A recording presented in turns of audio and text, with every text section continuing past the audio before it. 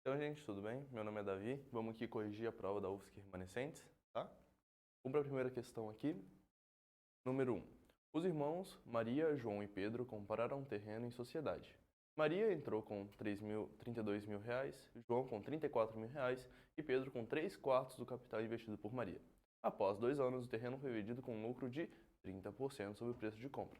Se o lucro foi repartido proporcionalmente aos valores investidos por cada irmão, então Pedro recebeu, além do capital inicial, mais R$ 7.200. Vamos ver como é que a gente pode fazer essa questão, tá? Primeiro, a gente tem a Maria, tem o João e tem o Pedro, tá? Maria entrou com 32 mil, João com 34 mil e Pedro com 3/4 do capital de Maria, que é 32 mil, certo? 3/4, isso aqui é 4 vezes 8, dá para simplificar, 8 vezes 4, 24 mil. Tranquilo? Então a gente tem que a soma de Maria mais João mais Pedro vai ficar 90 mil reais, certo? Isso aqui no momento inicial, ok? Então a gente tem que o valor de venda deles, então no segundo momento que a gente tem na questão, a gente vai ter que a parte de Maria final mais a parte de João final mais a parte de Pedro final vai ser igual a 1, que é 100%, mais 0,3, que são os 30% que ele falou, vezes a quantidade inicial, que é 90 mil. Certo? Tendo isso, ele falou que o lucro foi partido proporcionalmente ao valor investido por cada um. Então, a gente vai ter aqui a nossa segunda equação, né? Segunda e terceira. A gente vai ter que Maria final sobre 32 mil vai ser igual a João final sobre 34 mil, que vai ser igual a Pedro final sobre 24 mil. Certo? Como a gente já sabe, a gente pode chamar tudo isso aqui de K e resolver essas equações. Certo? Então aqui eu só reescrevi e fiz as contas, ok? Dá para simplificar tudo isso aqui. Então, eu consigo simplificar isso aqui por 2.000, vai ficar 16. Simplificar isso aqui por 2.000, vai ficar 17. Simplificar isso aqui por 2.000, vai ficar 12. Certo? Então, tendo isso, a gente só separa as equações e resolve o sisteminha. A gente vai ter que a soma vai ser 1,3 vezes 90 mil, que é 117 mil. O nosso K vai dar 2.600. Então, a gente tem a quantia de Maria, de João e de Pedro aqui no slide. Tranquilo? Então, para terminar, a gente vai ter que Pedro final menos Pedro inicial vai ficar igual a 31.200 menos a quantidade de Pedro inicial, que é 24 mil. Certo? Então, a gente tem, portanto, que Pedro final menos Pedro inicial vai ficar igual a 7.200. Tranquilo? Portanto, primeira alternativa verdadeira. Certinho? Vamos aqui para 0,2, então. Se x é igual a raiz quadrada de raiz cúbica de raiz quarta de 3 elevado à sexta, certo? E m é igual a x elevado à sexta, então temos que m é um número irracional. Primeiro, vamos lembrar das regrinhas da potenciação, né? Eu vou reescrever isso aqui como alguns parênteses. Essa raiz quadrada é um expoente meio. Essa raiz cúbica é um expoente 1/3. E essa raiz quarta é um expoente 1/4. Esse 3 elevado a 6 continua ali. certo? Igual, todos esses expoentes aqui que estão separados entre parênteses, a gente pode multiplicá-los, certo? Então, 3 elevado à sexta, elevado a 1/4, vezes 1/3, vezes 1/2, certo? Isso é igual a 3 elevado à sexta, vezes. Esse expoente também está separado por parênteses, né? Então a gente também pode multiplicar todo mundo. Vezes 1/4, vezes 1/3, vezes 1/2. Tranquilo? Então a gente tem que x é igual a, esse 6 vai simplificar com esses dois, 3 elevado a 4. E m, a gente tem que igual a x elevado a sexta. M vai ficar 3 elevado a 1/4 elevado a sexta. E m vai ficar igual a 3 elevado a 6 vezes 1/4. Tranquilo? Dá para simplificar aqui. Vai ficar 3 elevado a 3 meios. Então m é igual a raiz cúbica de 9. Certo? Quem está na sombra vem para o sol, quem está no sol vem para a sombra, tudo certinho. Mas isso aqui não é inteiro, não é racional, é irracional. Então a alternativa C, taranã, taranã, então M é um número irracional. Verdadeira letra 2. Tranquilo? Alternativa 4. Se Z igual a 1 menos raiz de 3i, temos que a forma polar de Z é igual a 4 mais cosseno de 5π sobre 3 mais i seno de 5π sobre 3. Tá? Essa aqui, a gente tem que primeiro lembrar que a forma polar é a mesma coisa da forma trigonométrica dos números complexos. Ok? Então a gente vai ter que, primeiro, tem um jeito de resolver a questão e tem um jeito de respondê-la, né? O primeiro jeito de responder é calcular o módulo de Z. Módulo de Z, vamos lembrar de números complexos, né? Se Z é igual a mais b, o módulo de Z vai ficar igual a raiz de a ao quadrado mais b ao quadrado, certo?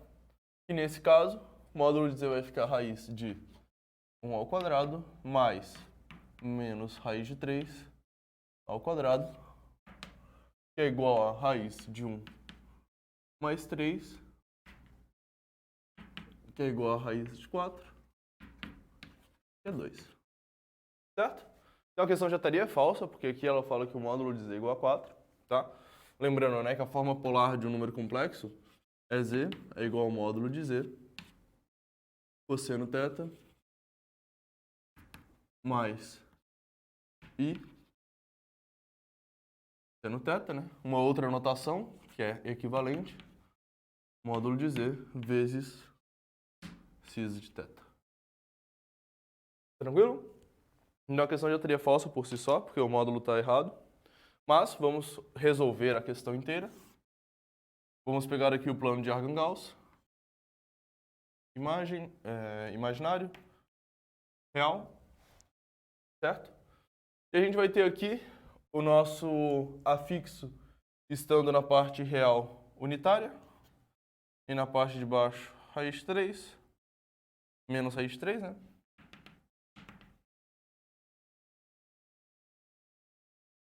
Isso, certo? Então a gente tem isso aqui medindo raiz 3, isso aqui medindo 1, tá? Esse ângulo aqui vai ser de 30 graus, esse aqui vai ser de 60, 30. Isso aqui, lembrando, é o módulo de Z, né? Então é 2, cateto oposto, metade da hipotenusa, o cateto oposto vezes raiz de 3 é o cateto adjacente, assim que eu descobri que aqui é 30. Tá? Se ele é 30, aqui também é 30. E o afixo, a gente sempre, fazendo um plano menor aqui, a gente sempre vai medir do eixo real, rodando no sentido anti-horário até chegar no ângulo, certo? Então, o meu ângulo vai ficar 90 graus, 180 graus, aqui 270 graus, tá? Então, aqui, quando eu estava em cima do eixo imaginário, era 270 graus. Eu andei mais 30 graus. Então, o meu θ é igual a 300 graus. Meu θ, para transformar isso aqui para radianos, né? Isso aqui é medida angular e não linear. Então, a gente vai fazer 300 vezes π sobre 180. O meu θ vai ficar, simplifica, simplifica, divide por 2 em cima e embaixo, vai ficar 15 sobre 9. 15 sobre 9 é a mesma coisa de 5 sobre 3. 5 terços de π. Apesar do meu argumento estar correto, o meu módulo está errado. Por isso que a questão está errada. Tranquilo? Então, a 04, falsa. 08. Se x mais x sobre 5 mais x sobre 25 mais x sobre 125 infinitamente é igual a 2, então temos que x é menor do que 7 sobre 4. Tá? Primeiro, né, aquilo ali é uma PG decrescente, por isso que essa soma vai convergir para algum valor. Tá? Então a gente vai lembrar, a fórmula de soma infinita de PG vai ficar A1 sobre 1 menos a razão. Certo? Sendo que a razão tem que estar sempre entre 0 e 1. Tranquilo? Isso aqui vocês lembram? Então a gente vai falar que o A1 é evidentemente o x, a razão vai ficar evidentemente 1/5, tá? Aqui é só perceber que 25 é 5 ao quadrado, 125 é 5 ao cubo e assim por diante. Então a gente vai ter que a soma infinita que ele me falou que é 2 vai ficar igual a 1x sobre 1 menos 1/5. Tranquilo? Simples aplicação de fórmula. 2 vai ficar igual a x sobre, fazendo o MMC aqui é 1 sobre 1, MMC vai ficar 5 sobre 5, 5 menos 1, 4. O 2 vai ficar igual a, esse x aqui é x sobre 1, isso aqui é uma divisão de fração, conserva a primeira, multiplica pelo inverso da segunda. Tranquilo? Então, o meu x vai ficar igual a 8/5. Certo? 8/5 é 1,6. Então, a gente tem que o meu x é igual a 1,6. Ele falou que o meu x era menor do que 7/4. Tá? Menor que 7/4. 7/4 é 4 mais 3, que é uma unidade. Isso tem que ser menor que 1,75. O que é verdade, tá? Por isso, a alternativa 8 está verdadeira. Se uma progressão aritmética tem 7 termos, em que a soma dos dois primeiros é igual a 11, a soma dos dois últimos é igual a 61, então o quinto termo é um número primo, tá? Lembrando de PA, né? O AN é igual a 1 mais N menos 1 vezes a razão, tá? O A1 a gente continua, a razão para PA a gente chama de R, comumente, certo? Então a gente vai ter que a soma dos dois primeiros termos vai ser o A1 mais o A2 é igual a 11. E a gente vai ter que os dois últimos, então, o A6 mais o A7 vai ficar igual a 61. Tranquilo? Aqui a gente vai ter que o A1 mais, que é um sistema, né? Mais A1 mais R é igual a 11. Aqui embaixo, o A1 mais 5R mais o A2 mais 6R vai ficar igual a 61, tá? A gente vai ter aqui que 2A1 mais R é igual a 11. 2A1 mais 11R é igual a 61. Tranquilo? Eu vou multiplicar a primeira por menos 1 e escalonar. Esses 2 a 1 vão embora. Menos R mais 11R, 10R. 11 menos 61 menos 11 vai ficar 50. Então R tem que ser 5 unidades. Tranquilo? Se o R são 5 unidades, ele me perguntou se o quinto termo é um número primo. Sendo R igual a 5, a gente pode voltar na primeira equação, que é 2A, 1, mais 5, que é o R, é igual a 11, 2A igual a 6, Y igual a 3, tá? E agora, para terminar, a gente pode calcular o A5, que é o A1 mais 4R, tá? Então, A5 vai ficar igual a 3 mais 4 vezes 5, igual a 23. E 23 é sim primo. Então ele afirmou que o quinto termo é primo, o quinto termo é primo, por isso que a alternativa número 16 está correta. Alternativa número 32, seja conjunto A, se x são conjuntos naturais, temos a parábola, então é um conjunto unitário, tá? Então a gente tem que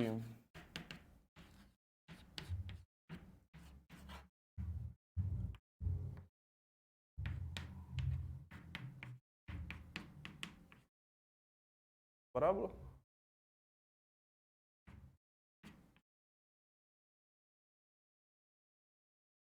Tá. Vamos primeiro fazer Bhaskara, né? Sobre o produto aqui não vai ficar tão trivial. Vamos para Bhaskara. Menos 7, mais ou menos raiz de 49, menos 4 vezes 3 vezes 6, sobre 2 vezes 3, menos 7, mais ou menos raiz de 49. 24 vezes 6 vai dar 48. 48, 60, 72.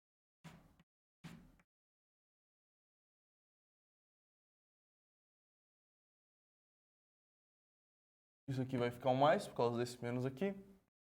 Menos 7, mais ou menos raiz de 121 sobre 6. Menos 7, mais ou menos 11 sobre 6. O meu primeiro caso vai ser o positivo. Eu posso escolher arbitrariamente o positivo ou o negativo. Mas vai ficar menos 6 mais 11. Vai ficar 4. 4 dividido por 6 é 2/3. O meu x2 vai ficar menos 7 menos 11. Vai ficar menos 18. Menos 18 sobre 6 vai dar menos 3. Note que, apesar de um deles ser racional, os dois serem racionais, um deles ser inteiro, nenhum dos dois é natural. Por isso, o conjunto A não é um conjunto unitário, é um conjunto vazio. Ok? Então é isso, gente. Espero que tenham gostado. Essa é a primeira questão da UFSC. E é isso.